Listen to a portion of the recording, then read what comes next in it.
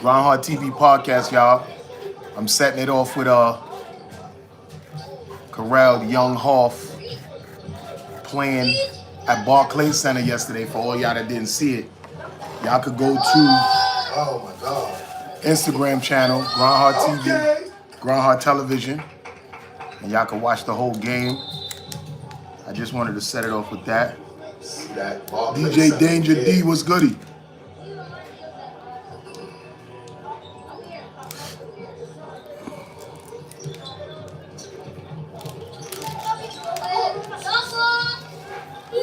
Oh my God.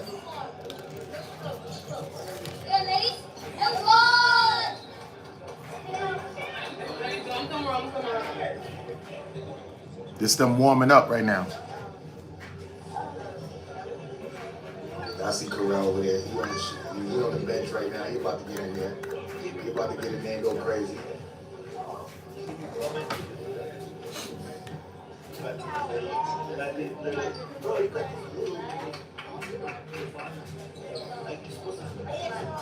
Yes, they did.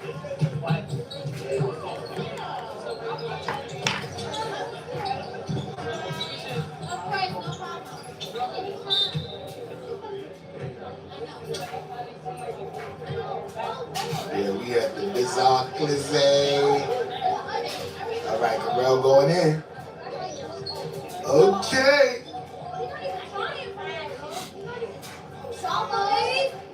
Oh, there you go, baby. That's right.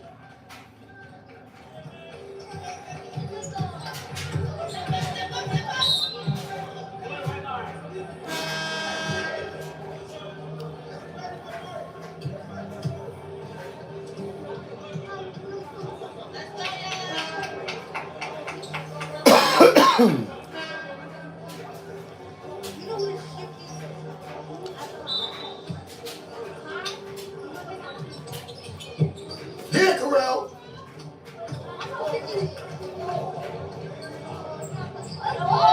Okay. Okay.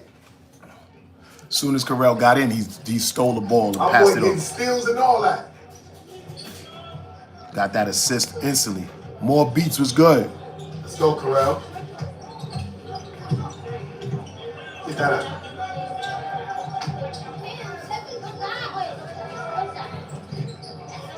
Oh.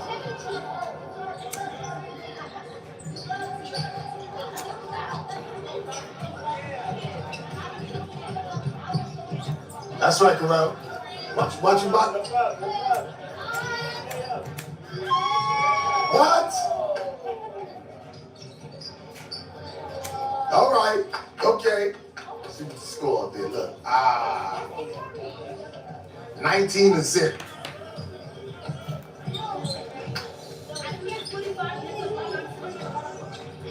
Okay. They finally got on board. We the certified dogs, y'all. 19-3. We're not playing with y'all. That's right. Ooh!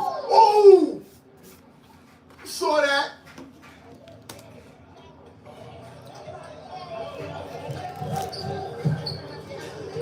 That's right. Y'all see Corral right there on the Barclays Center floor.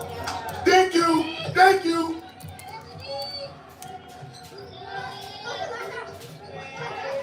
Out of here.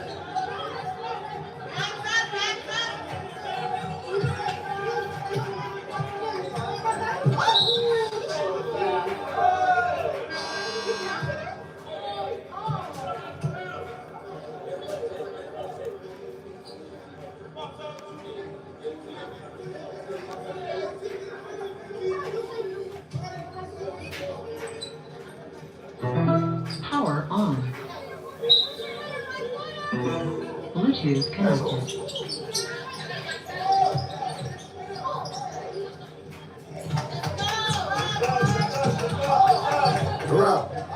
Wow!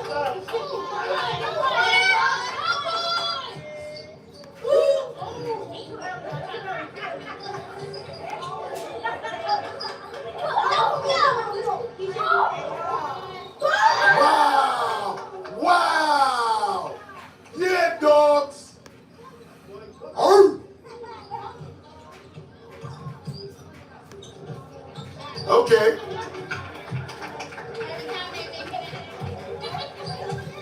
Let's go, dogs.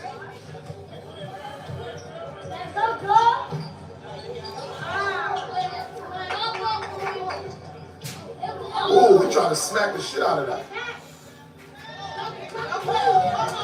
That's right, that's us. Oh, what the?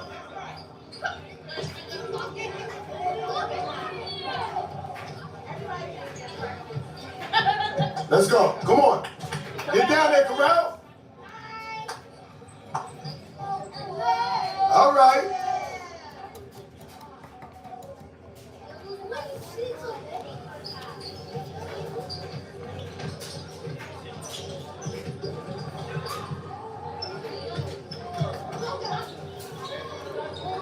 All right, so yeah, welcome to Grindhardtv podcast. I'm here at the Grindhardtv headquarters. And what I was just showing y'all was my son, he played at the Barclays Center yesterday in his new team, Certified Dogs. Y'all can see that on Grindhard Television. I'm putting out the episodes, the Horse Series Season 2. It's going to be really based around his basketball career from, the beginning up until now. You know what I mean? So he's been on his 183 basketball team. He's been on St. Rose basketball team, and he's now on the team Certified Dogs. And this is more of a, if I'm not mistaken, like a AAU type of team where they play a lot of different teams, different places. They'll be going to, we'll be going to South Carolina at the end of February. They got games every weekend, practice every Thursday, Friday. It's a very intense basketball curriculum, and you know what I mean? He really wants to do this, so we're going to make it happen for him, and we're going to put him, you know what I'm saying, in a situation where he can go as far as he can go in this basketball stuff if that's what he really want to do. You know what I mean? Because, y'all, as y'all know from the Horse Series Season 1, I was already managing him as them being rappers, and they gave that up. They didn't want to do it. So I'm hoping that he going to follow through with this one. I know everybody be talking they shit about, everybody's not just rappers and basketball guys. But if that's just something that our peoples are good at and we know how to do it and we can get wealthy off of it, then why not? Why not? That's like saying, if you don't go to college, you'll never make it in life, right? Like the stereotype is, graduate from high school and go to college, and then you go to college and you get this degree, and then you get this degree, and then you could survive in life, and that's the only way you're gonna make it. When that's absolutely not true. You know what I'm saying? Now, there's people that go to college and they follow up with the degree that they went to school for, and they keep it up with their career, and they become successful people, and it's wonderful. But then you got people that go to college and spend 2 to 4 years, maybe longer, and paying all of this money in college, and they never get the degree. Like they drop out, or they don't never finish, or they flunk out, or they get bored with it, or they get the degree, spend all of that money, get in all of that debt, and they're never able to get a job for what they got that degree in, which is crazy to me, but that's just not the way I decided to go in life. You know what I'm saying? Like, y'all know I've been on Grindhard for years now. I've been talking my shit, and I graduated high school. Well, when I was in junior high school, I picked my high school. Like my son is picking his schools now, and he's picking basketball schools that he want to go to. So when I was in high school, I picked the high school that I wanted to go to, which was, East New York Vocational Transit Tech. You know what I mean? I grew up in Queens, but Transit Tech was in East New York. So I wanted to always drive trains or do something in that sort of in transit, just like the EP that I made, In Transit EP. Y'all can look that up. That's out on all streaming platforms. That came out years ago because I got into a little altercation at work, and I put out an EP while I was out suspended. I put a EP out called In Transit, and that EP basically states the situation that I went through on the job. But you know, when you work for these city and state government agencies, you sign a contract with them, and that contract means that they now practically own you, and you working with them now for 25 years or however long it's going to take for you to retire to get your pension. That's what it's all about. So with this being said, my son was picking in schools, and he picked some basketball schools, and he basically now is playing and doing his best to get him a scholarship. You know what I'm saying? You got to go out there and you got to bust ass and you got to show everybody what it is you could do. And now, being as that when kids are in high school and college, if you are a great prospect to be on a college team or an NBA team, sponsors will come to you and they'll sponsor you, meaning they'll give you product and money and a whole bunch of other stuff for you to big up they or wear their stuff or endorse their stuff. And that's what sponsors do. So not only would now these kids nowadays, if they're excelling in sports and they going through high school and college, they can also become wealthy just from that before they even get to the majors where they get the big bucks to get paid to play. Because in high school and in college, you ain't getting paid to play basketball, but you can get your scholarship paid for, meaning you can go to school for free, room and board. Like I just was saying, other sponsors can come to you and they can be like, yo, we like what you're doing and we want you, if we want you to represent our brand, and you know, for that we can compensate you this much. And you can still make money now in high school and college from playing sports, like whether it's baseball, basketball, football. If you're that good and you are a prospect to be one of the great players that's going to make it to the highest level of it and get a championship ring or a trophy or whatever, other companies will see that and they'll sponsor you and you'll get money. You know what I'm saying? So I'm pushing my children to be heads of their household, and that's why we're called the Hoths.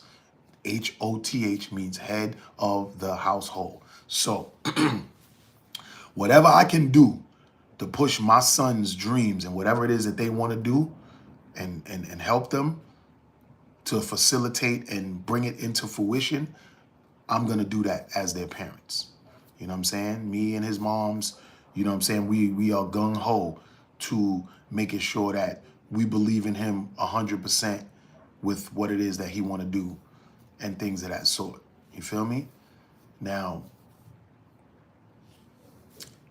I came straight out of high school and I was running my business, you know, grind hard, and you know, I worked for Mad Soul for a few years, and I was doing a whole lot of things in the entertainment business and having little odd jobs here and there until 16 years after high school, my city job called me and was like, yo, you took a test this many years ago, your number's up. If you want this position, come through down to our offices and we'll do whatever it needs to take to get you in there.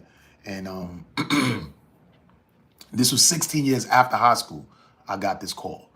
And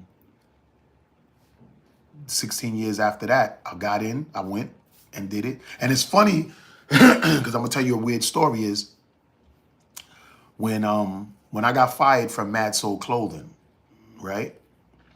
I went and got a job at Dwayne Reed. And Dwayne Reed, at the time, they had machines called like prescription machines. I forgot the name of them or whatever. It was a long time ago. And they used to send us to stores. And I think I told this story before, but I'm going to tell y'all again.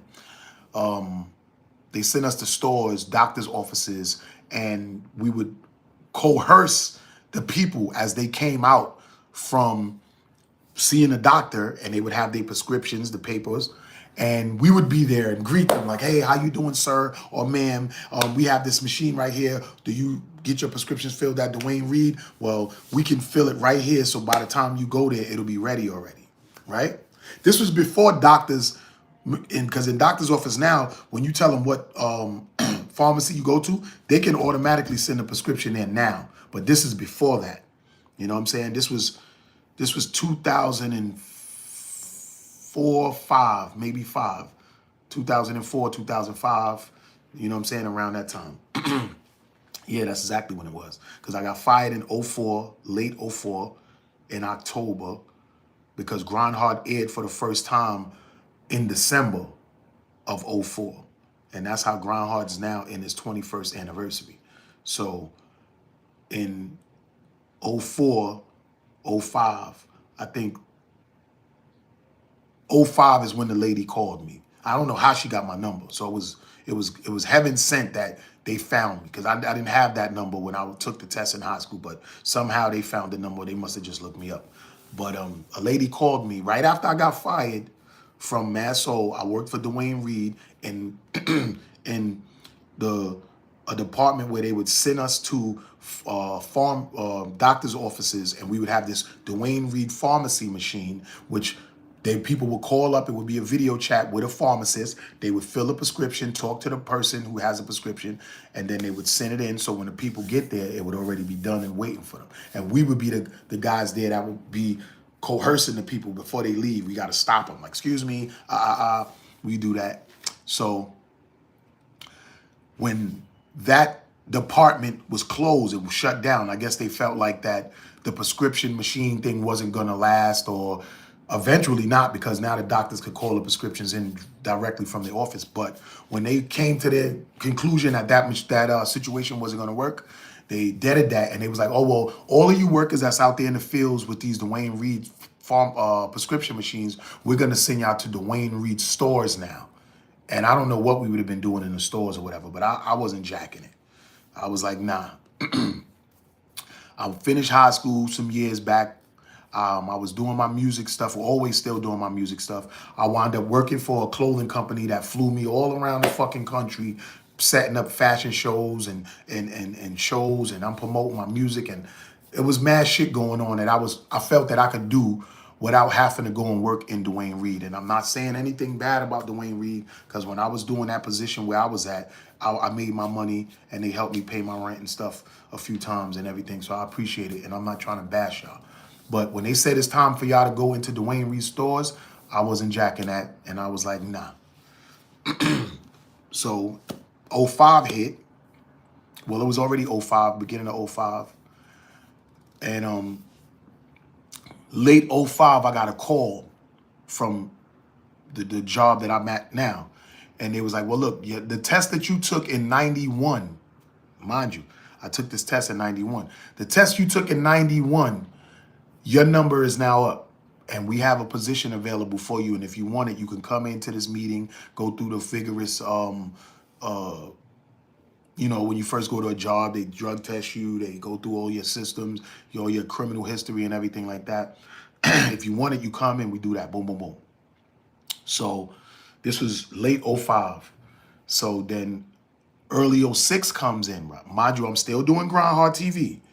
Grindhardtv is flourishing, is we doing our thing. And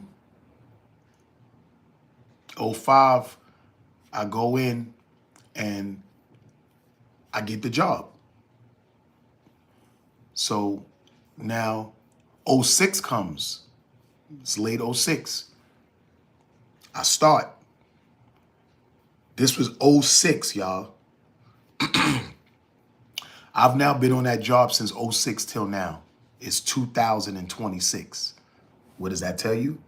20 years has passed, and I've been holding this job and still running my business. So for all of the people that ain't know, yes, I've been holding on a job for 20 years.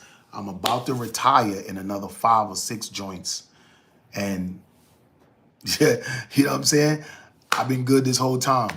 So, you know what I mean? So I'm being very transparent with my viewers and listeners today, and everybody that's going to watch this on a rebroadcast. So the moral of the story and what I was saying is that I never went to college. Okay? I graduated. I wanted to go to this transit school, and I wound up graduating, even after getting locked up throughout high school and going to do a couple months here and there.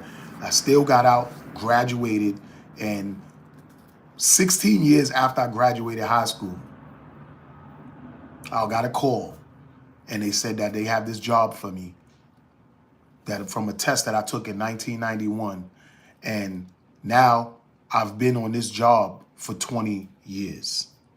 So that goes to show you, it ain't all about college every time, but when it comes to sports, you have to go through that.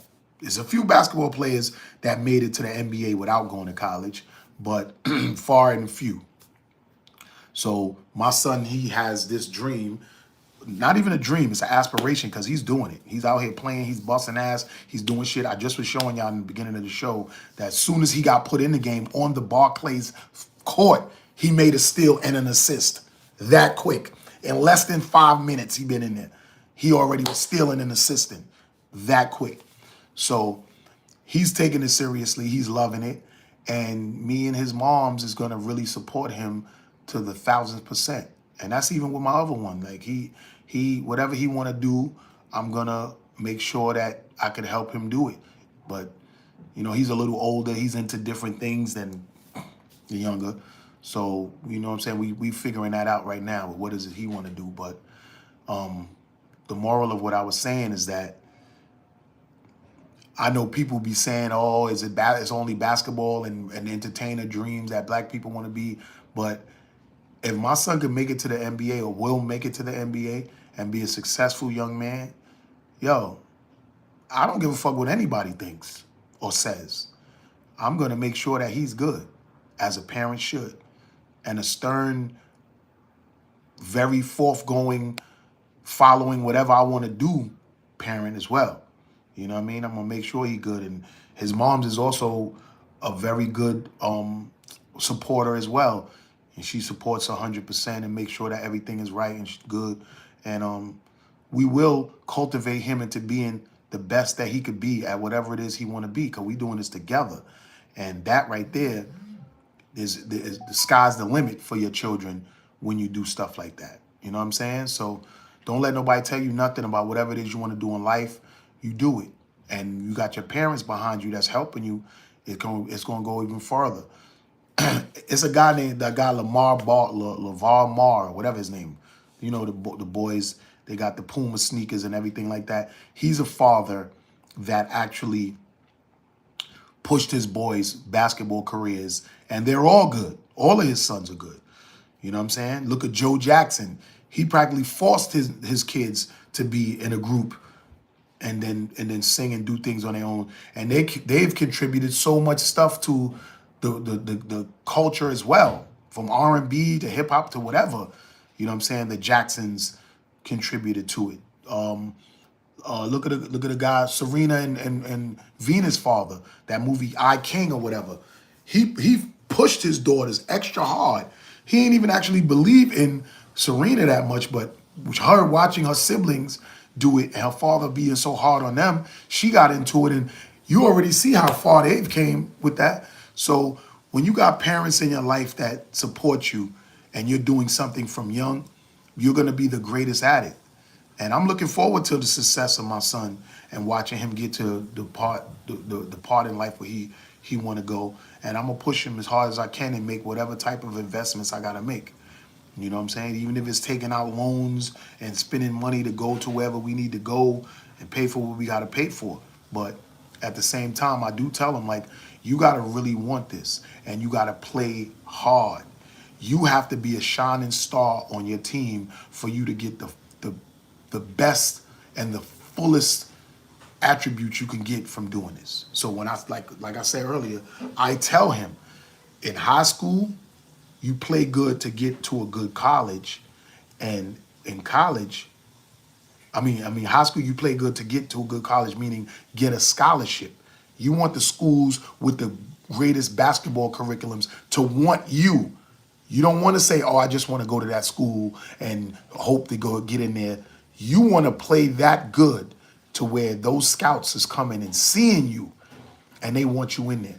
Right now for high school, because he's in junior high school, this is last year, and he's picked this school that's actually not too far from where I work at. So I'll be cool if he goes there. And then his mom, she works in a school. She's works in the Board of Ed as well. And her school has a good basketball team as well. And plus she'll be there to watch over him all the time anyway. So we kind of like got his life mapped out to what it's going to be. It's either going to be a school close to where I'm employed at, or a school where she's employed at. You know what I'm saying? So we're going to definitely hone his skills. We done planted that seed. We're now watering the plant, and it's growing, and we're going to make sure that it flourishes, and there'll be fruits from the labor of that. And that's what you do. You can make sure that you help your kids flourish into whatever they want to be, which could help you and build generational wealth in your family. You know what I'm saying? So I'm just a proud dad, and I just wanted to give y'all a whole spiel on what's going on with my youngest right now. And I just wanted to say that. But also, there's always the other side of the spectrum, right? So what's now is my firstborn, because remember, it was always my 3 sons, my 3 kings, my 3 princes, my 3 lieutenants, my 3 generals, my 3 reasons they hate at you. This is the intro for the Hoff series. And from what I was led to believe for 20-something years was that the first power off. That's the speaker. The first son that I felt that was mine turned out to not be mine. You know what I mean? So my second son, my middle son, is actually now my firstborn. You know what I'm saying? He's my firstborn. He is my junior.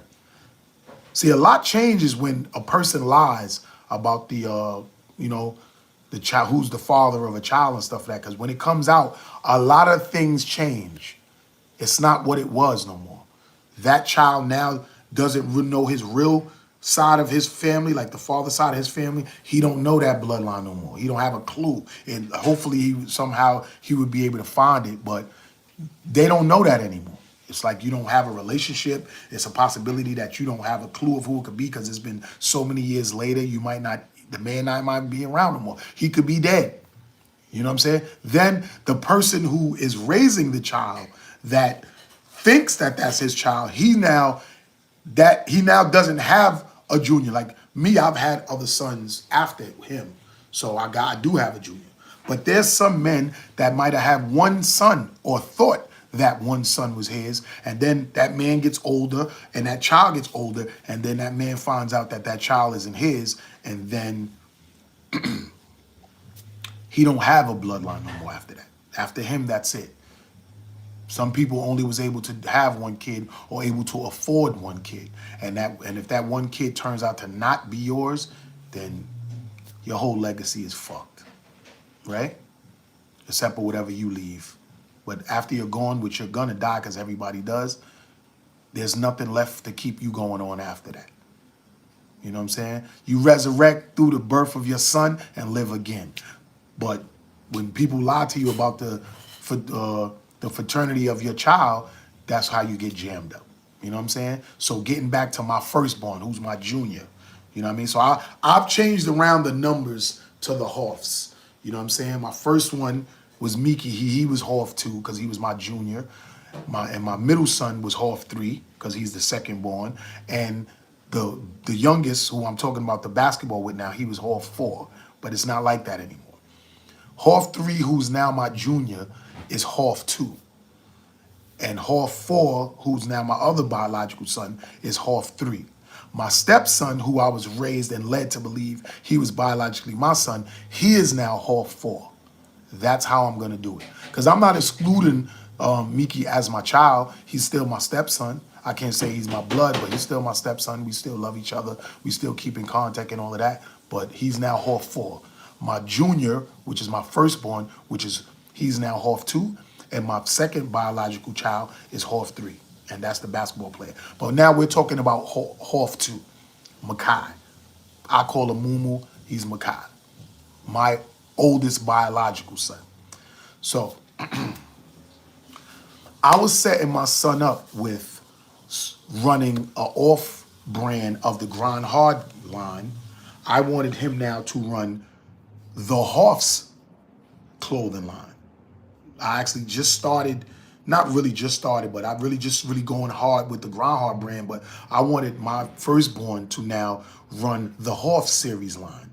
and I plugged him with my manufacturer over in Pakistan or whatever to get the designs done and make the clothes, sweatsuits, because you know these young kids now, they love the sweatsuits, the Nike tech suits. So I was actually trying to compete, not compete, but get some of that audience and get some of that market. And my son was like, yo, Dad, these guys, we out here, we rock with these sweatsuits and stuff like that. So I was getting those joints made.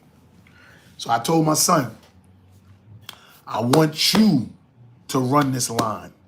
we're gonna order the stuff, and I even want you to pay for half of it.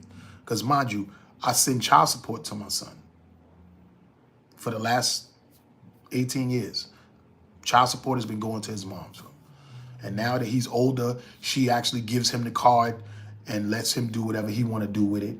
And at one point she said, oh, he wasn't doing the right thing with the money. So I took the card back, and then he started doing the right thing, and then she gave him the card back. So I said, listen, you could run this horse series line. I'll pay for half your order, but you got to pay for the other half. This is me teaching him how to invest in something and run it, sell it, flip the money, and now you can keep buying and ordering whatever you want from my distributor and manufacturer overseas. This was the plan. I got on the phone and spoke to his mother, and she said, oh, this is a good idea. I even helped him design some of the lettering for the line that he had. You know what I'm saying? And I don't know, I think I could show y'all the pictures. It's whatever. But my guy over there, they went and designed it and made a sketch and everything of how the sweatsuits would look. We were doing 15 sweatsuits, top and bottoms, 15 gray, 15 black, 15 blue, right? So when it was time for a deposit to be made, I wanted to make sure that he was going to really invest in his stuff.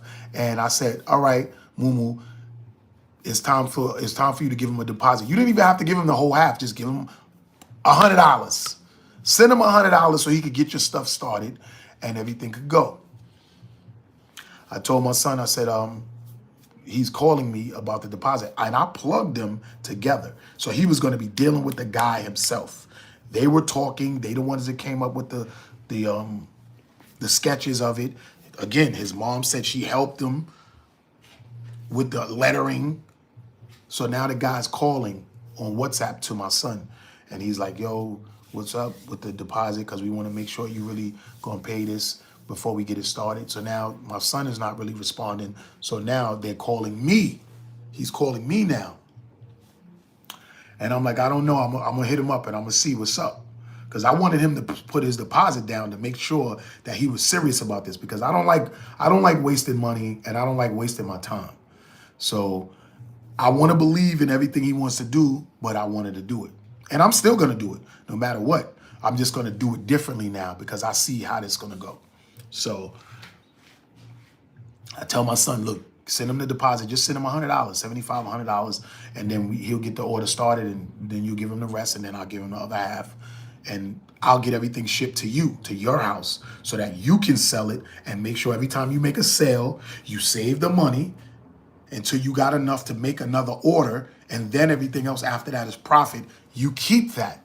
Whatever profit is made after the initial amount that it costs to manufacture these sweatsuits, you keep the profit, but you just save what it is. You're going to do this all yourself. I already lined you up with them. Everything is a go. I paid half for half of your first order. That's how you're going to do it. This all happened already, so I'm just telling you what happened. So, and I spoke to his mother. She said, oh, this is a good idea. I helped him with the lettering, boom, boom, boom. So I'm like, this is how much the order costs. And she was like, that's how much for one sweatsuit? I was like, no, it's 15 sweatsuits. So I think she thought he was getting one sweatsuit done for himself. No, it's 15 sweatsuits that he's going to get, and he's going to sell them to his friends and get the money back and flip it and do it more and more again. And this is how you get started.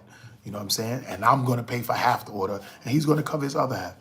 You know, when it was time for him to pay for his half or even just a deposit, she took his card from him and never said nothing else to him again about it. So I said, yo, ask your mother to give you your card so you could, you know, pay for your deposit. She never said nothing to him about it.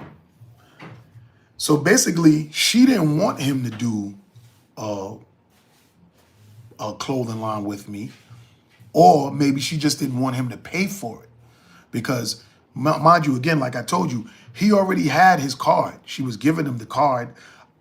I've never been late on any payments because everything is coming straight out my check before I even see it, and it goes to that card.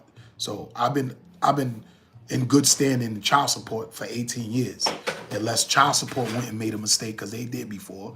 They made a mistake or whatever, and I had to go redirect whatever it is. But again, you remember, I've been on my job now for 20 years, and I've been paying child support for 18 years to his mom's. So I've been on the job all the time, besides the time I had a fight or whatever that made me want to make that in-transit EP. So it's you gotta mess with that thing right there that's what has to be straight when it goes in. And long story short, I don't know if she was trying to sabotage it, but if you was all for something and you wanted me and me and her son to work together, which is Hoff 2, my now firstborn, to make something out of it and turn him into like a manufacturer or a clothing line designer and a distributor and everything like that, and then you all of a sudden just renege on him paying a portion of what he needed to pay for to get it done, that's sabotage to me, you know?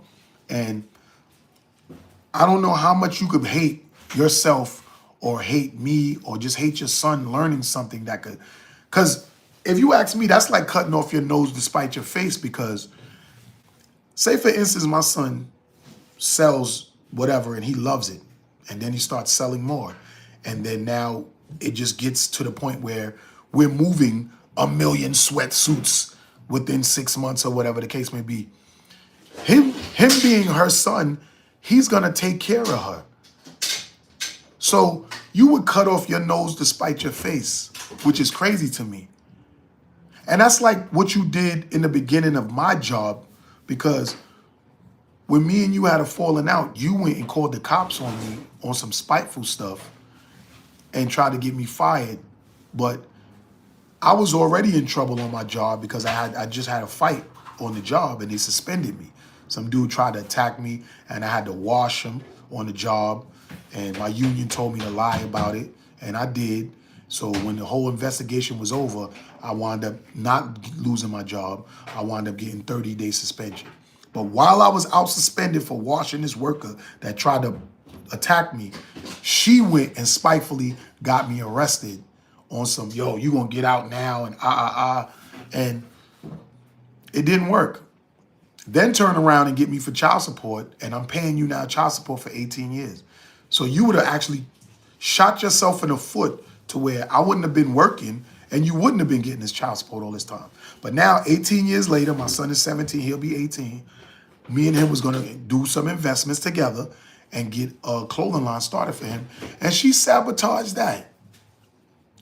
Now, I don't know what the problem is, but and I don't want to bash women or bash mothers or nothing like that, but my baby mother, I don't know. I can't begin to understand her logic throughout my years of knowing this woman. And I just don't understand it. But to try to stop your son from learning a trade, because this is a trade, manufacturing, importing, and exporting, you know what I mean? Starting your own business, being an entrepreneur. And he's only in high school. So me doing this with him and training him how to do this is a big look for him. Just like my son playing basketball and him giving it his all to get a scholarship and him playing at the Barclays Center. You know what I mean? These is big looks. I'm just as excited about this stuff for my kids as they are. I'm a proud dad, and it's my job to provide and protect and make sure that my kids do better than me. You feel me? So I just can't begin to understand why she would do that. And with that being said, I want to get into a post that I saw, and I want to talk about this. This morning I was cooking. I seen this post earlier, and this is actually a great segue into me. Power on. Now this girl was going off about men having more than one woman. Bluetooth connected. And I listened to this. I want y'all to listen to it, and y'all tell me what y'all think.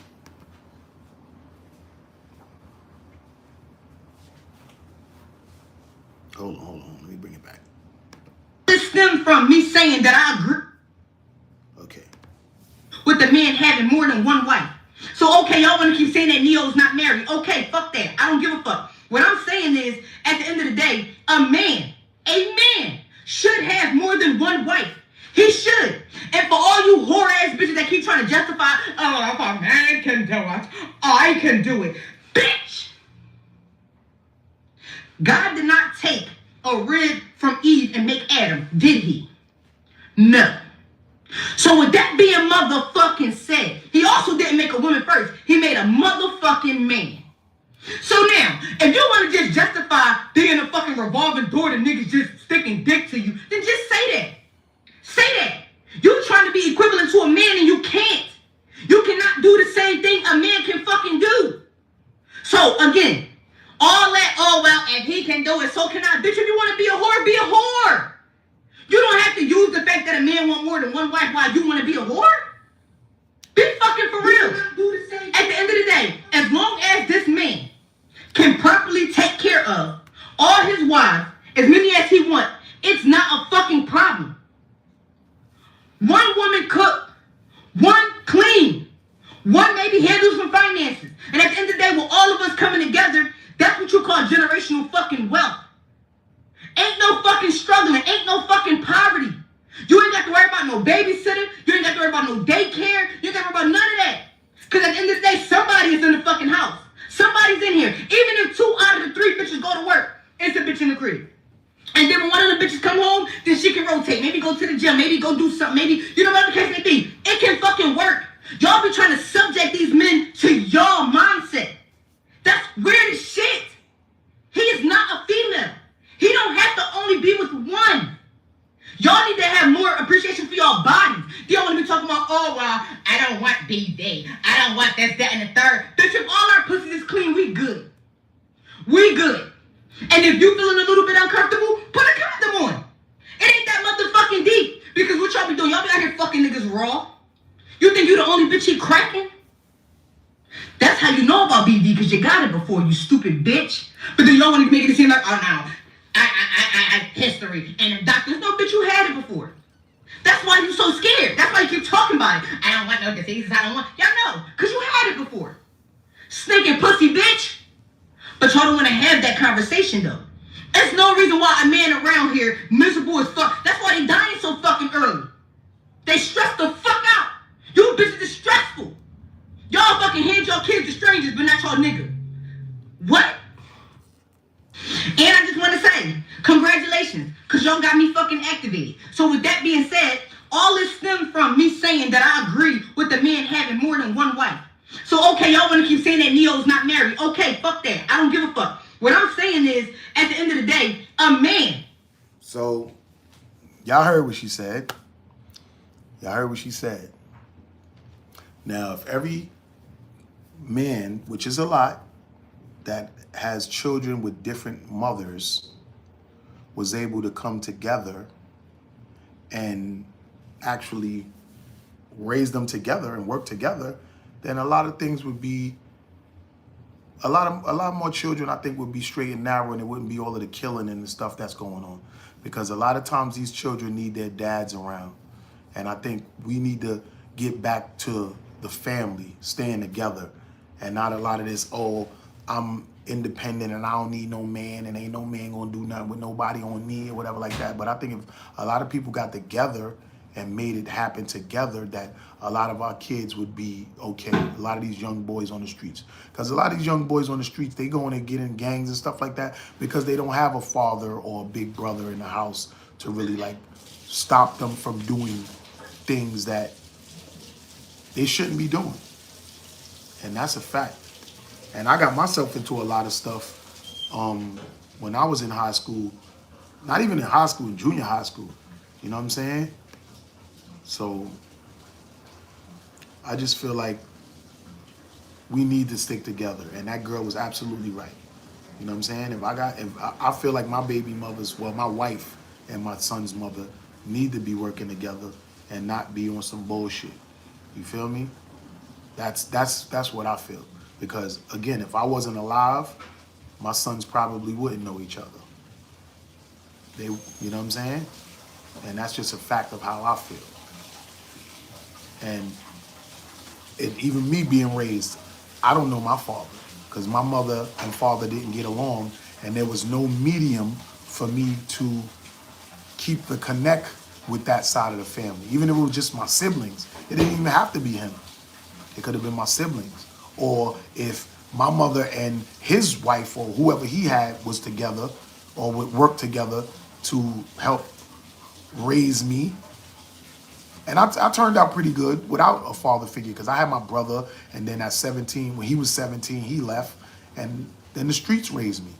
And I started doing whatever I wanted to do and getting myself into things and getting locked up and, you know what I'm saying, almost killing and getting killed and shit to stuff like that. You know what I'm saying?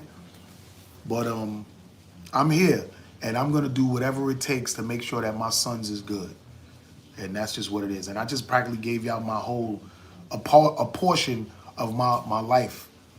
You know what I'm saying? The fatherhood part of it. When I started having children and stuff like that. And how I was raised. And sometimes things can keep going on and on unless you break the cycle. You feel me? Like, I'm the third kid out of my mother's fourth kid. And I'm actually the first high school graduation that she ever went to. You feel me? So there's a lot of things on my bucket list that I feel like I'm Xing off for what I want to do with my life. You feel me? And that's how I feel about that. But I don't want to keep going on and on about fatherhood and all of that, but it's priceless. And this is why the Horse series was created, because I'm going to document my kids' lives from the beginning till the end. And they'll be burying me, so God willing, they'll be burying me, so their whole lives will be documented out there from the Horse series in Grindhardtv. You know what I mean? So that being said, all you men out there, stay in your kids' lives, do whatever you could do to possibly be in their life. And if you are getting too much flack from the baby mother and you just want to give up, just remember, if you go to court and you want to get custody and you got all your shit together, there's no way in hell y'all won't be able to see him. You probably gonna pay child support, yeah, because that's a big business where they getting us for money. But if you really are dedicated to being in your child's lives, if you take them to court for custody, you'll be able to get weekends or whatever the case may be just for that child to know you long enough to where he's bigger enough. Because some of you guys are fucked up niggas too, don't get me wrong. And your children grow up around you and they'll see that the type of motherfucker you are. Fathers and mothers. Kids will always see on their own when they get a certain age, oh, this nigga was like this, or yo, this bitch was like this. So I understand what it is. Yeah, I love him because that's my father, or I love her because that's my mother, but they was the fucked up one. And I understand it now when I didn't when I was younger. So that also does happen. You feel me? But I want to get off of the parenting stuff now. You know what I'm saying? Because later today, matter of fact, in another hour or so, right after this podcast, I'll be going to the Ralph McDaniels Video Music Box event in Resorts World. Shout out to Nas because he a part of that whole Resorts World shit. And it's lit. Queens get the money. Y'all already know what it is.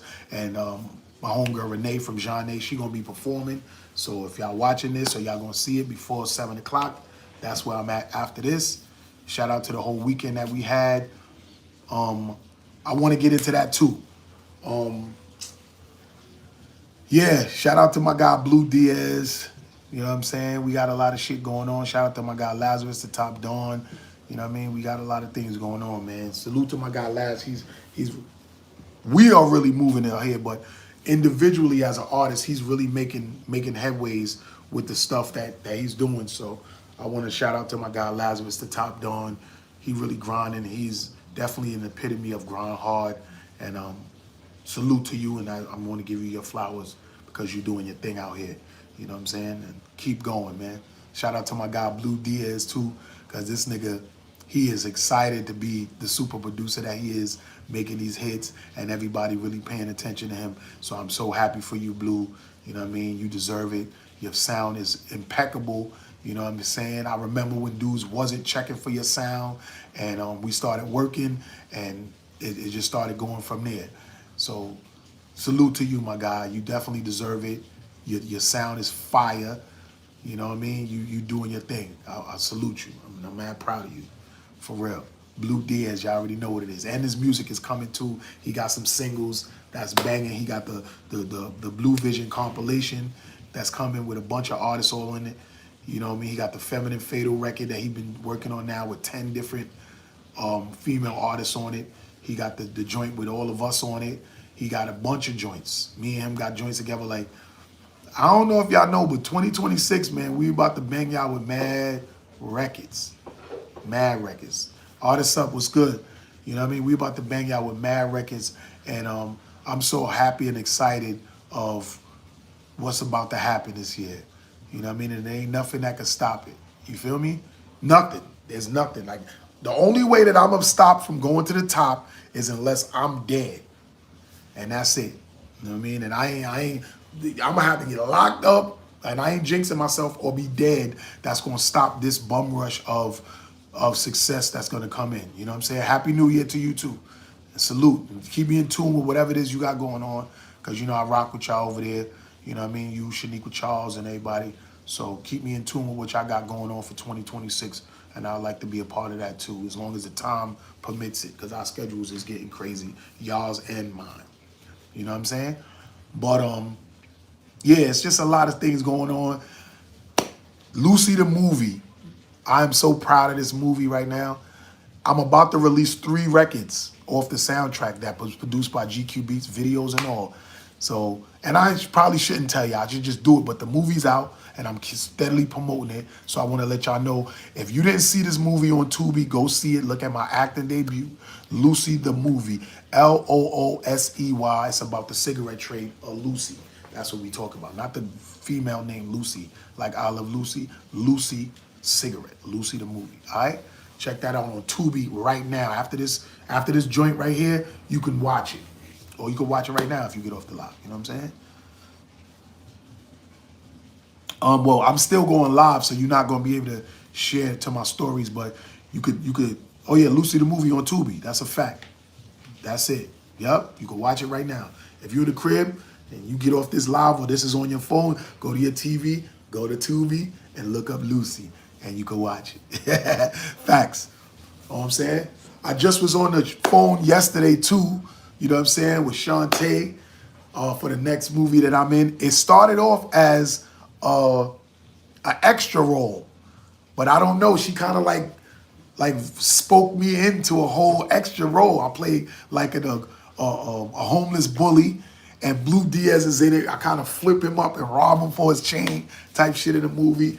I'm real excited about this year and all of the stuff that's dropping. Shout out to the Red Hook series. Me and Blue is performing in a performance scene in that show. That's a series that's on YouTube.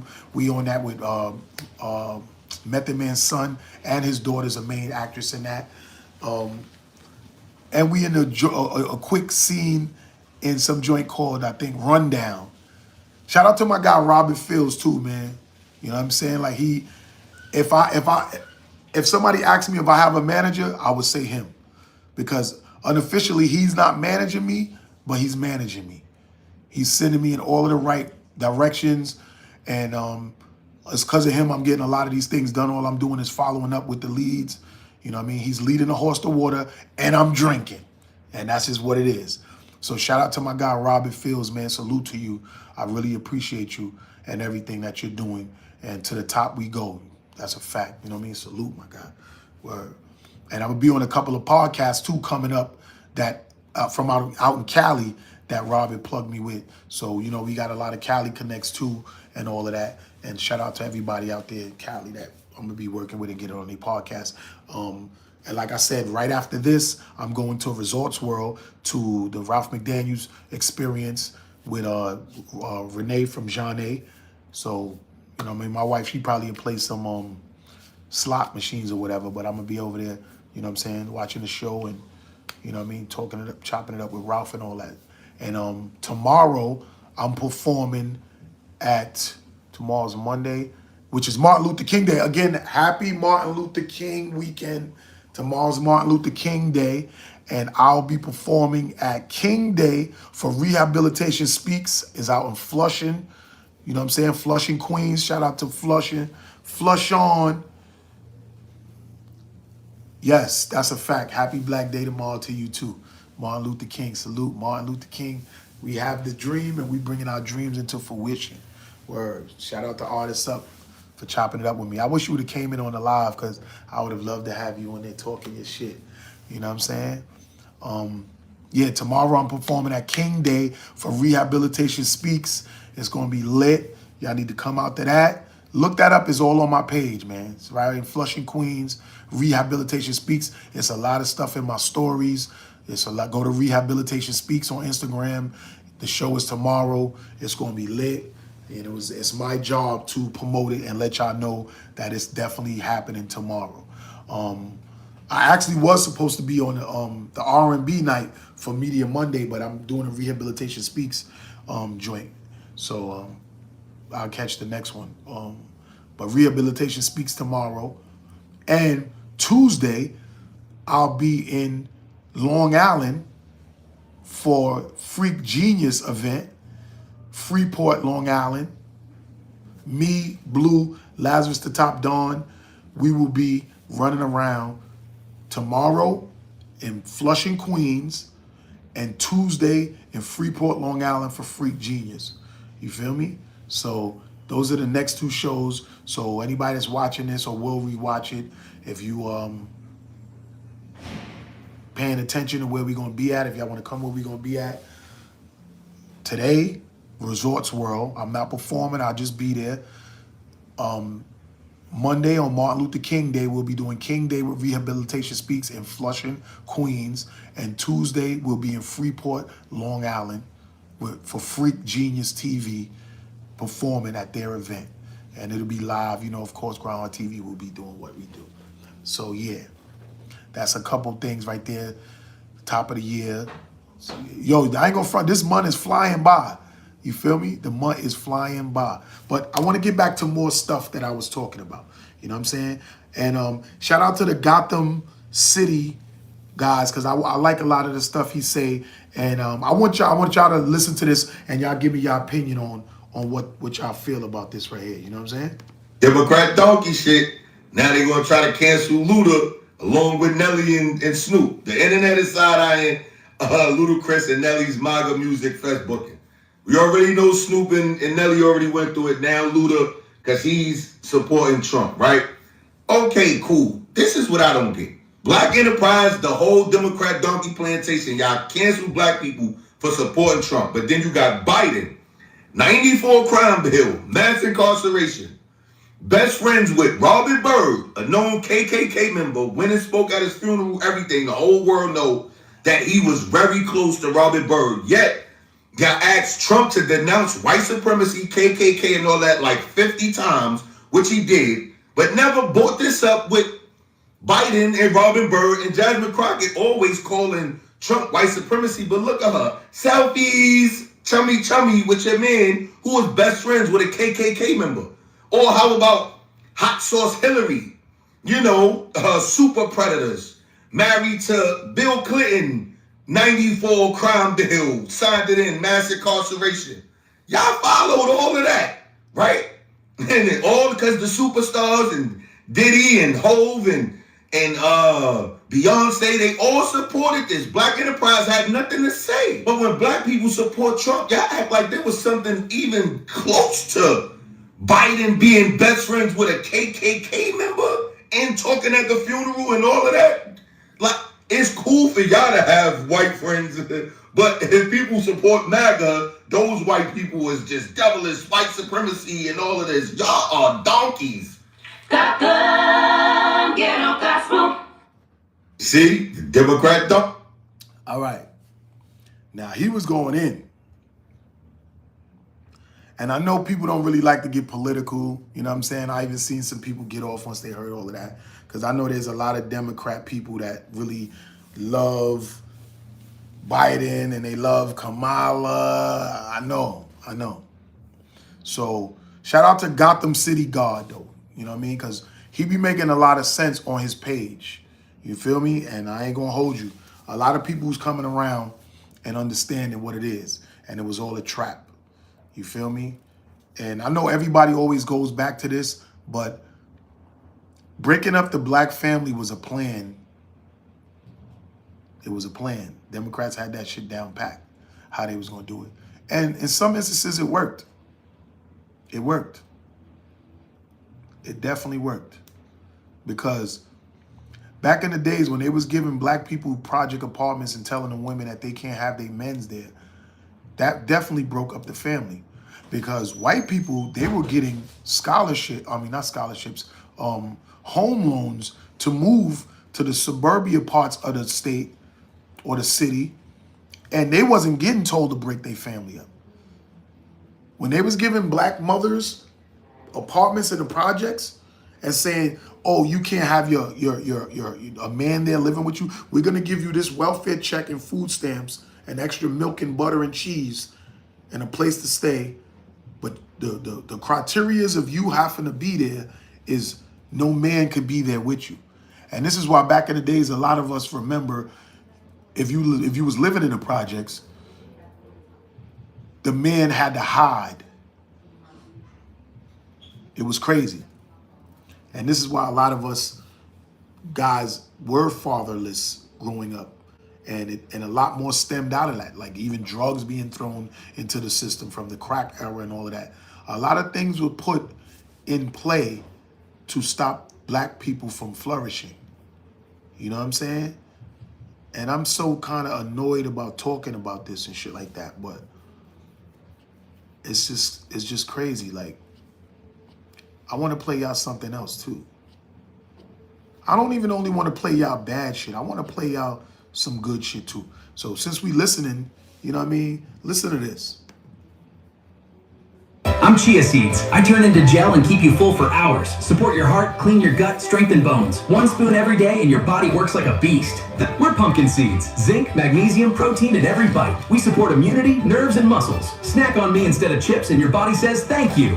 I'm sesame. Calcium for bones, iron for blood, antioxidants for youth. Sprinkle me on salad and get your daily dose of minerals. Small but essential.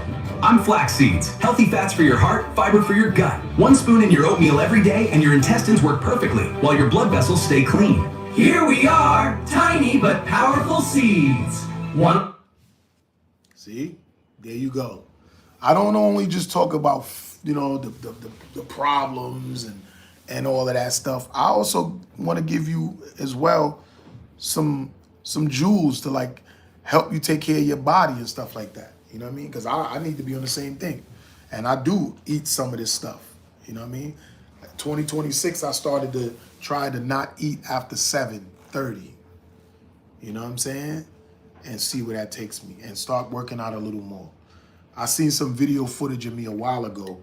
And I was not that long ago, though. It was maybe like, it could have been maybe like 7, 8 years ago. And I was pretty lean and cut up. You know what I'm saying? I was shocked at myself when I seen that. Like, God damn, I let myself go.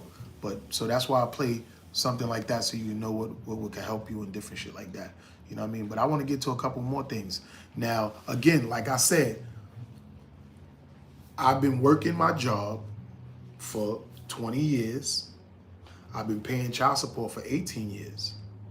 Now, you know you got to really work hard to take care of your own household and also be supporting another person's household is the reason why when the girl said everybody should work together and all of the women could work together because everybody could be in one place getting everything done, and everybody's monies will be combined, and the male will be the leader of that home, raising those children. Now, let me show you what it's like when you making money, and if you ain't making enough, and why it's better for you to be together doing this. Or is like the new $12 an hour in 2025. And the old folks don't get it because 25 an hour back in the day, you was balling. Now, bro, you can't. Come on, bro. Let me break it down. 25 an hour is what, 52 a year? Before taxes. So after taxes, you're looking at what? Let's round down. 40K. Let's use some easy numbers. So over the course of a year, you working with $40,000. 40. So now let's kick in the bills. Let's start with housing. Average apartment costs $2,000 a month. Over the course of 12 months, that's $24K. It's already half gone. They talking about, oh, your housing should only be 30% of what you make. How? I just took the average, and it's all half my income already gone. 30% of my income would mean 30% of 40K, which is 12,000, which divided by 12 is 1,000 a month. Where is anybody gonna live for 1,000 a month? So housing already took over half. We had 16 already. Next, we got transportation. Let's do car note, car insurance, and gas all in one. And I could be lowballing, but let's just say $750 for easy numbers. $750 times 12 is $9,000. We already at $16,000 left. Minus the 9, what is that? $7,000. We're already at $7,000. I only listed 2 things. Next, we got groceries. Gotta eat, right? Let's say we spend $100 a week on groceries. We gonna be generous. 1,000 a week. That's 4 weeks. That's $400 times 12. What is that? 4,800. Let's round up and say 5,000. 5,000 a year on groceries. We had 7,000. 7 minus the 5. We had $2,000 left already. I don't even need to calculate anything else. We already had 2,000 from 40 and only named 3-4 things. I didn't include any debt that you may have, credit cards, all that. I didn't talk about health insurance. I didn't talk about if you had kids, if you had pets, any emergencies that you had, car maintenance, anything that you wanted for yourself. I didn't talk about any of that. Off of $40,000, only named 3-4 things, you already at $2,000. What are we talking about? So anytime somebody be talking about $25 an hour is good, man, no, it's not. And I'm not being ungrateful, I'm being realistic. $25 an hour gets you nothing. If anything, it puts you in the hole. You don't even break even. 25 an hour. So, y'all heard that? It's a lot of people out there making $25 an hour. Shit.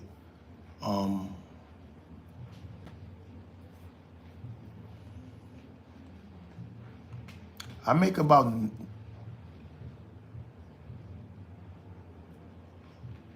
$9 and change more an hour than $25. So I'm making 34 and something an hour, right? So for me to, and I've been paying child support for 18 years, right?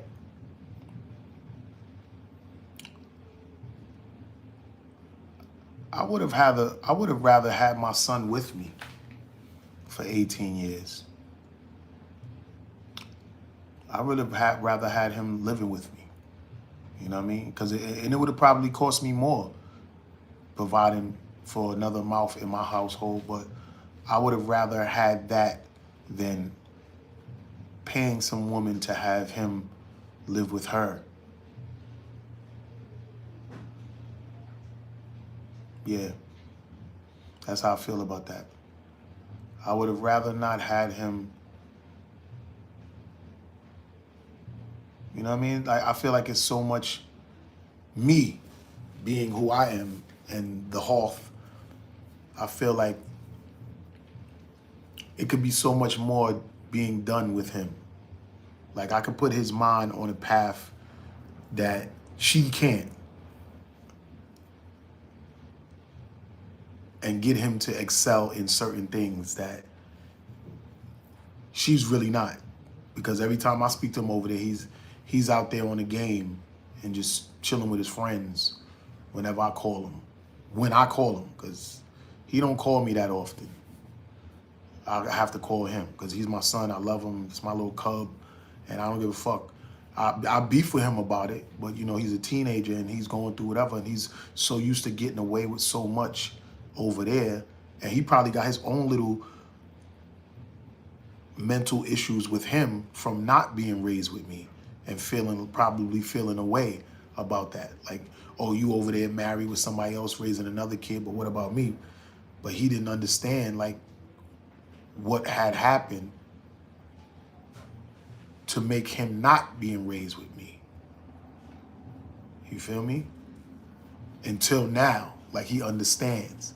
And Christmas, when we went away for vacation, I tried to bring him to the gun range, and that domestic violence charge that his mom's put on me, spitefully, stopped me from taking him shooting.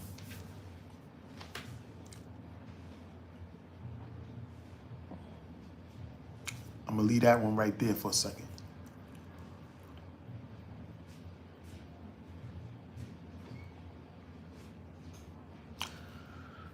So all of these years later, my son would always say, because I would tell him like why the situation happened with me and his mom's breaking up, because I'm sure he wanted to know, you know?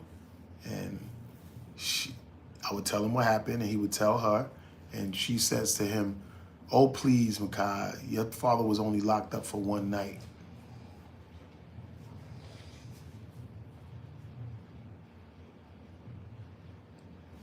That's what was told to him.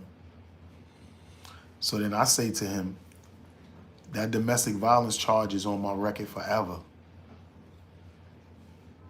So when you spitefully do something to somebody, like get them arrested spitefully, or just calling the cops on the nigga's foul, but you got a nigga arrested with a domestic violence charge and all that. That's bad. Pinning the baby on a nigga and trying to go to the grave with it. My ex-wife, it was like, see, men, we go through a lot of stuff that could make a nigga go crazy and throw it all away and crash out. And I think sometimes women just don't be understanding that shit.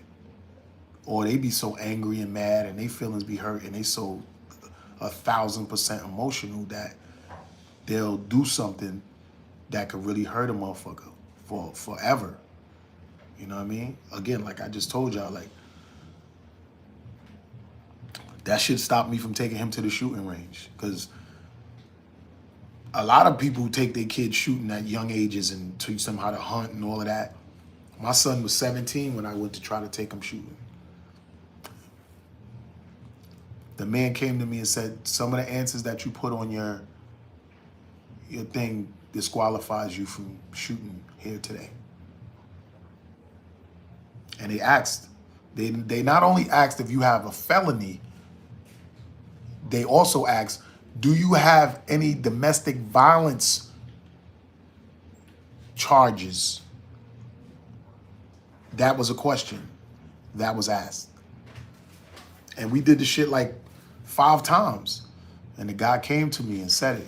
My son was standing right there. And he said, you tried it 5 times. He said, due to some of the answers that you answered on this.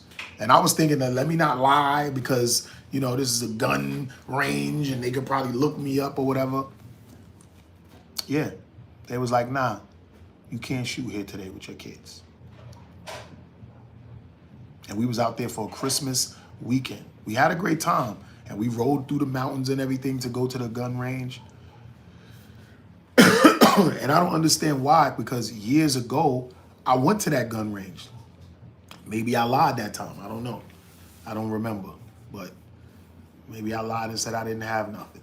But this time, with my son with me, the one who was the product of me and him not being raised around each other, so when his mom's got me arrested spitefully, because he always wanted that. And what could I say? That right there told him that actions that can be done even before your life can come back to affect you. He was like maybe 3-4 months when this happened, when this arrest happened. And I don't want to say alleged because it happened. It's not alleged.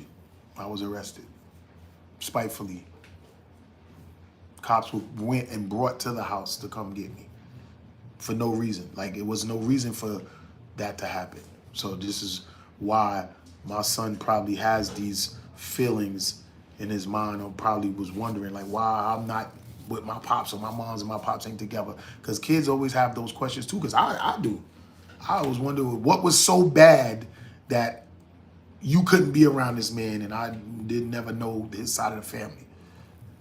We all have those, and I'm a grown-ass man. Word up. So, all you younger people that may be watching this, or if you somebody that's just going through a situation, just make sure you able to deal with situations at hand, because life be lifing. You know what I'm saying? Life be lifing. All right. Let's see. I went through a couple of things already, but it's a couple of other things that. Let's see. What's this? Oh, y'all know, y'all seen on my page. I cook my saltfish. That's codfish. It's salted codfish, but I did that. Let me see. What's that? Oh, yo, shout out to my guy. This was me. Hold up. I don't got no. Oh, there you go.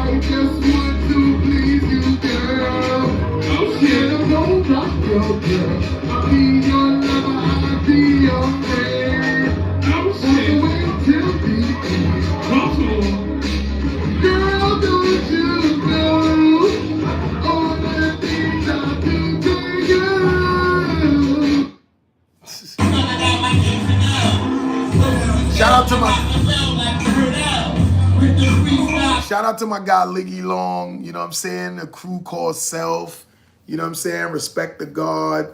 That was a show we did with them. Secret Paw in Brooklyn on Decal and Broadway in Brooklyn. We was out there with them the other night. You know what I'm saying? I saw Liggy Long at the Rolling Papers event at Hidden Tiger, and he told me to come through. I got a live with them on it. You know what I'm saying? So we went over to their joint. It was a very dope, interesting event. You know what I'm saying? It reminded me of like back in the days, you know what I'm saying? Like the Lion's Den type shits where niggas just come out and they do their thing. You know what I mean? They gave me that kind of vibe. So that was me rapping and singing on Crew Called Self, one of his joints. Shout out Lil Tate.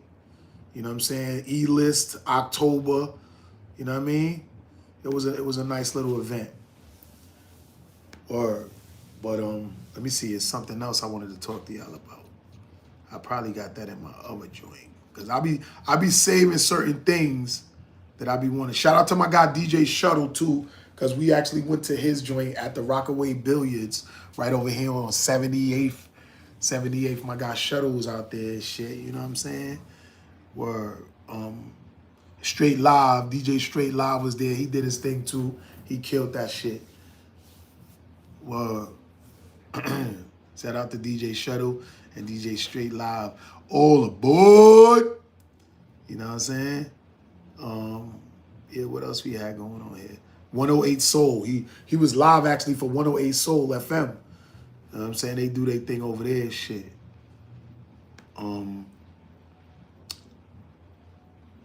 What the?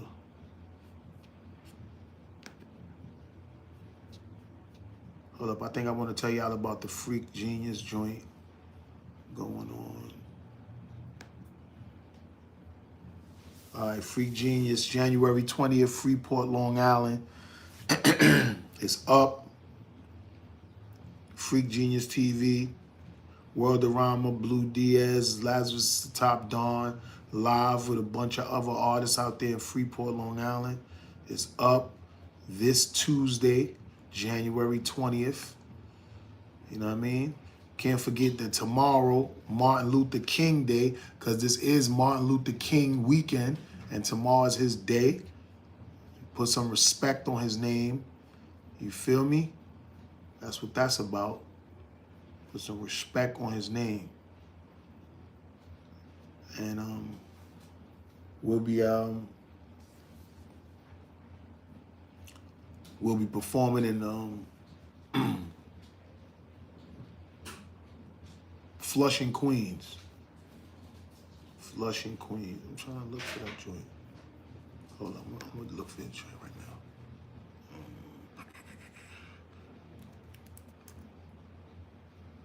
Yeah, joint popped right up, exactly how it's supposed to. Here we go. I'm him, I know, HBO soprano. Oh, you hate me? Hate you too, little boy, better not tell Bono. I'm him, I know, HBO soprano. Oh, you hate me? Hate you too, little boy, better not tell Bono. Oh my God, who is that? I'm him, I know, HBO soprano. Oh, you hate me? Hate you too, little boy, better not tell Bono. 2230 College Point Boulevard, 5 p.m. till 11 p.m. Oh my God, who is that? I'm him, I know, HBO soprano. 2230 College Point Boulevard, 5 p.m. to 11 tomorrow, Martin Luther King Day, King's Day. HBO soprano. Oh, you hate me? Hate you too, little boy, better not tell Bob. Oh my God, who is that? I'm him, I know, HBO soprano. Shout out Rehabilitation Speaks, man. He doing it out here too, man. He moving around doing his thing. Queens, you already know. You know what I'm saying? So tomorrow pop out, 5 to 11. Word up. But I want to do something else. You know why? Because this is Martin Luther King's birthday weekend. So we can't go without doing this. You feel me? It's Martin Luther King birthday weekend.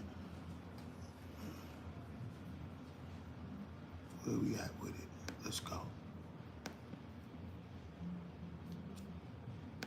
right, get out of all that. We going over here. We going right here. That's what we doing. I want to do this. This is what we supposed to be doing.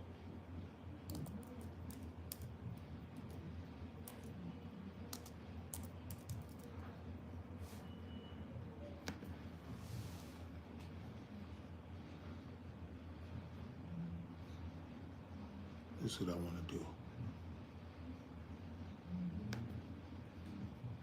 I have the pleasure to present to you Dr. Martin Luther King, Jr.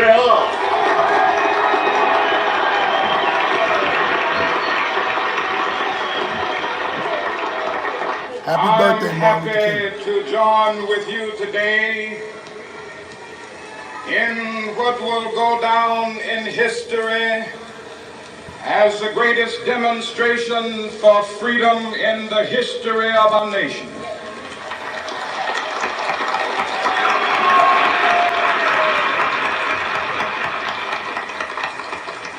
Five score years ago, a great American in whose symbolic shadow we stand today signed the Emancipation Proclamation. This momentous decree came as a great beacon light of hope to millions of Negro slaves who had been seared in the flames of withering injustice. It came as a joyous daybreak to end the long night of their captivity. But 100 years later, the Negro still is not free. 100 years later, the life of the Negro is still sadly crippled by the manacles of segregation and the chains of discrimination. 100 years later, the Negro lives on a lonely island of poverty. I have a dream that one day this nation will rise up and live out the true meaning of its creed. We hold these truths to be self-evident, that all men are created equal.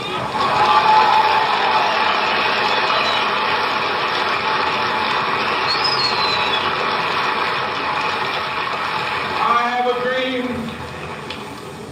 that one day on the red hills of Georgia, the sons of former slaves and the sons of former slave owners will they be able to sit down together at the table of brotherhood. I have a dream that one day, even the state of Mississippi, a state sweltering with the heat of injustice, sweltering with the heat of oppression, will be transformed into an oasis of freedom and justice. I have a dream.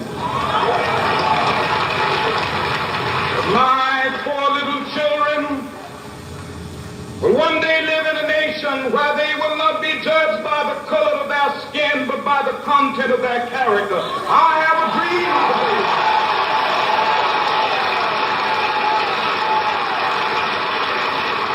I have a dream that one day, down in Alabama, with its vicious racists, with its governor having his lips dripping with the words of interposition and nullification. One day right there in Alabama, little black boys and black girls will be able to join hands with little white boys and white girls as sisters and brothers. I have a dream today.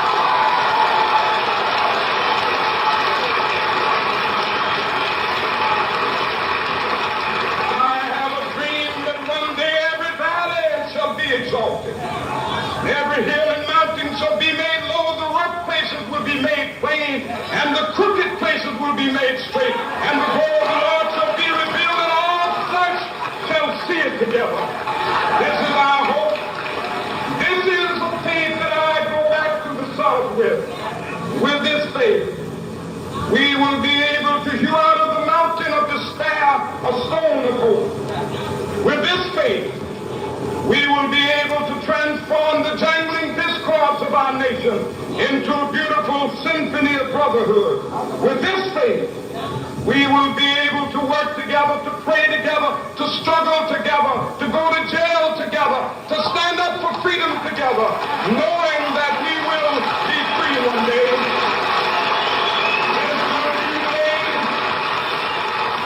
This will be the day when all of God's children be able to sing with new meaning, my country tears of thee. Sweet land of liberty of thee I sing. Land where my fathers died, land of the pilgrim's pride.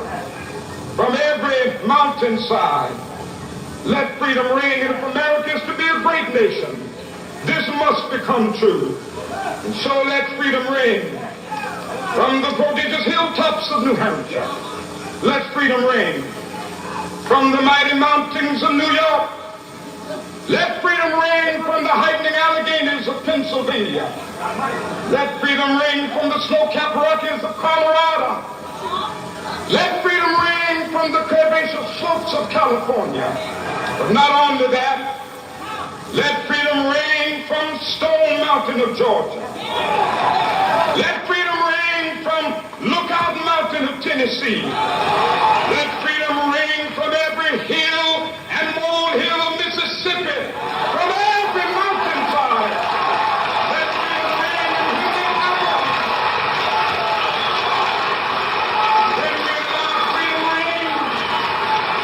when we let it ring from every village and every hamlet, from every state and every city, we will be able to speed up that day when all of God's children, black men and white men, Jews and Gentiles, Protestants and Catholics, will be able to join hands and sing in the words of the old Negro spiritual, free at last, thank God Almighty,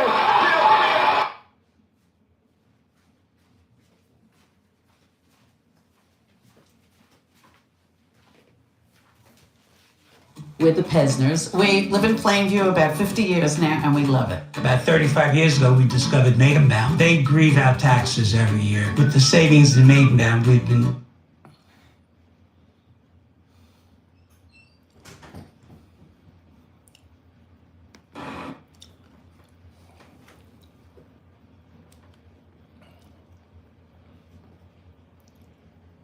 Yeah. So, happy birthday, Martin Luther King. Word. I got a question though. See, he was asking for everybody to get along and live together, and white little boys and white little girls could be together and be friends and everything like that. But do you ever think what it would have been like if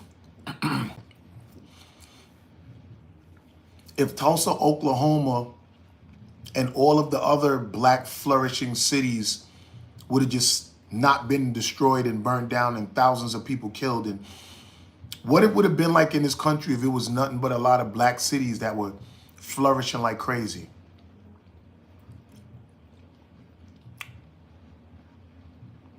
It would have been like an Atlanta in every city. Because right now at this point, Atlanta is looked at as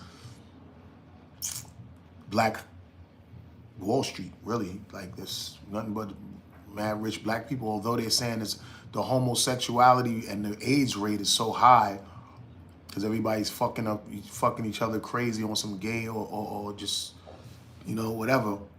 But that's where you go to really make it, Atlanta. Back then, there was a lot of cities like that. It was not just Tulsa, Oklahoma. It was a bunch of other cities that were flooded. Dams were broken and they were flooded and people were drowned. It's lakes now that's out here that under them lakes is a whole town of black people. Like shit, Central Park in New York City, right here in New York City, that was called Seneca Village. Black people flourishing there until they were kicked out. And they built that man-made Central Park there.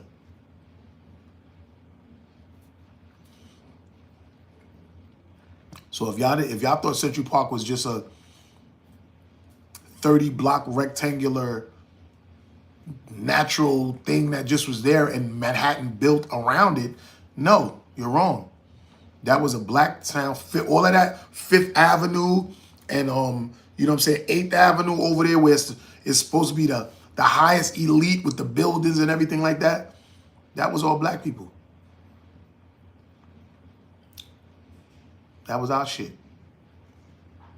Our town. So this was a perfect time to talk about this stuff. You know what I mean? Because a lot of things happened. A lot of things happened to us as we were throughout the generations, man. When you think about it, like our ancestors that came here in chains on boats and were raped, and a lot of them didn't even make it. They jumped off the boat and drowned before they was gonna come here and be a slave to somebody.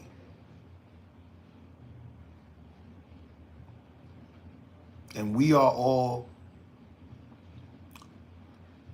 descendants of those in somehow, some way. And we're all mixed with a bunch of different other people because the generations of our ancestors coming here, they were raped and sold and everything. So how could a race of people, which the Caucasian race, hate black people so much, but yet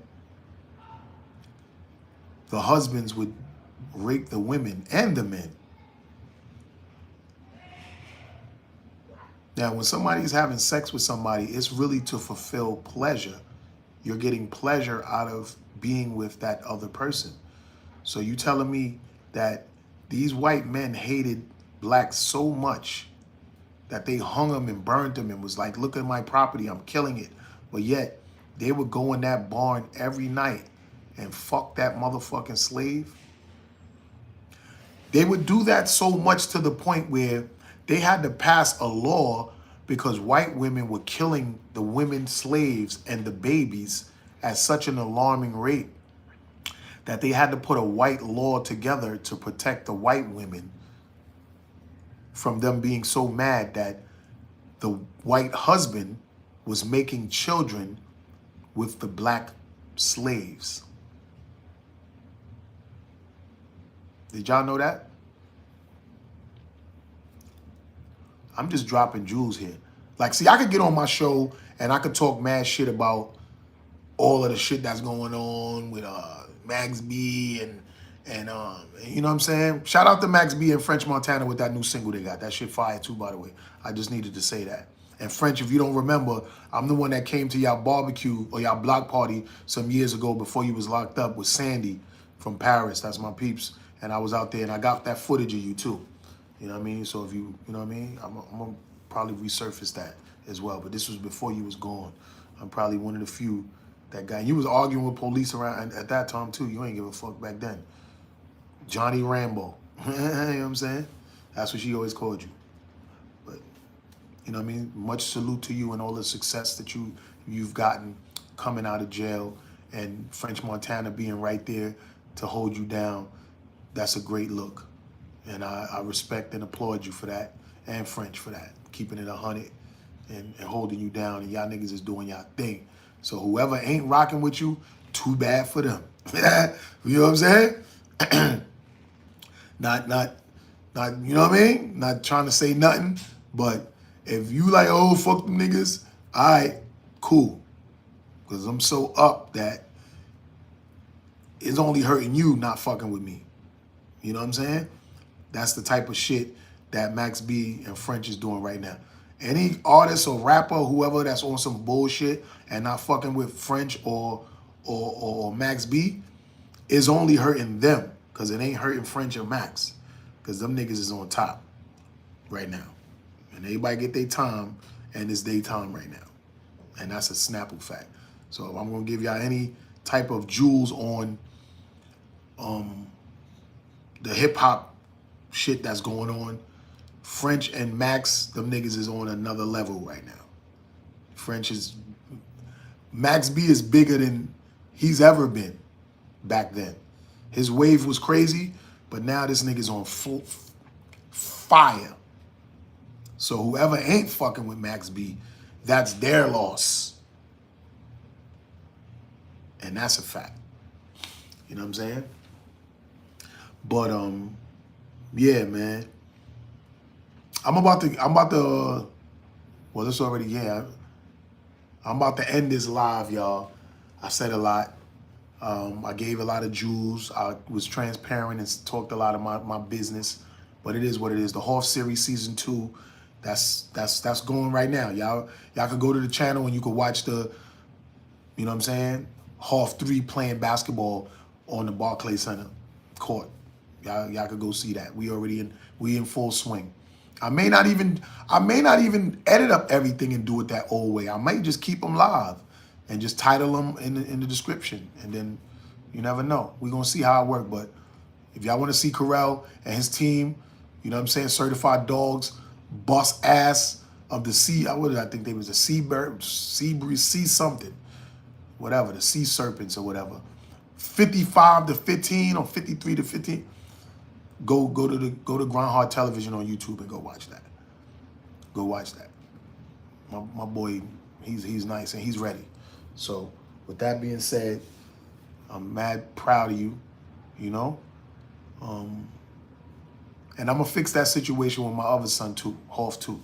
I'm gonna fix that situation. So we gonna fix that up, and that's how we gonna do it, man. So again, I'm about to go to Resorts World, Video Music Box, Renee from Jeanne, and slot machines. That's what's going on over there.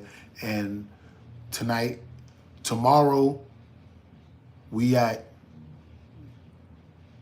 Queens, Flushing, Queens, Rehabilitation Speaks King Day. And Tuesday, we in Freeport, Long Island. Freak Genius TV event in Freeport, Long Island. Word up. So that's what that is.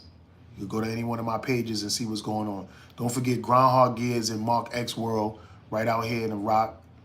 You know what I mean? 86th Street. Go to Mark X World.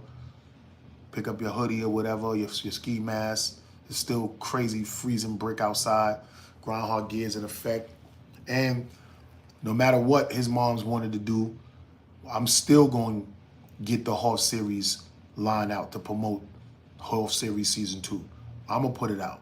Except I'm going to control it now instead of giving it to him. Because she likes to control shit that's going on with him over there. So I couldn't give him that to do because she'd fuck around and jam it up since she ain't want him to pay his half with his money. So I'm going to get it and put it out and put it right along with the Groundhog gear. And that's what's going to happen. You know what I mean? Nothing's going to stop me. Like I said, nothing.